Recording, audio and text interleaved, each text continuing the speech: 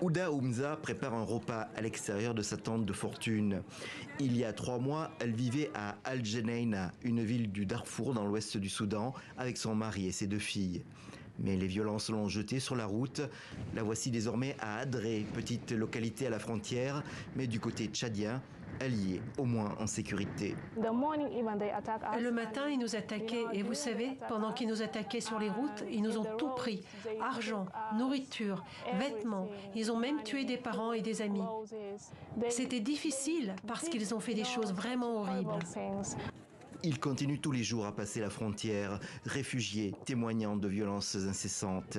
Les maisons et les villages incendiés, les hommes, femmes et enfants abattus ou condamnés à mourir de faim.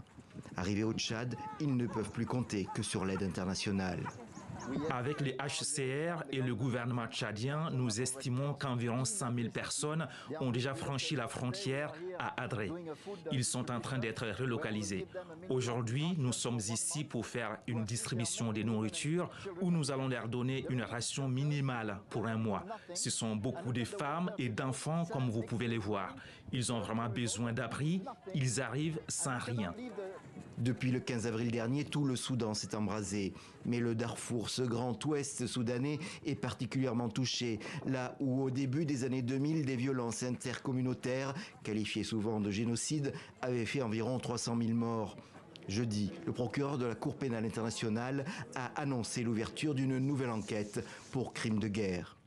Nous devons agir de manière urgente, collectivement, pour protéger les plus vulnérables. Si cette expression, souvent répétée, de plus jamais ça, veut dire quelque chose, elle doit s'appliquer ici et maintenant pour la population du Darfour.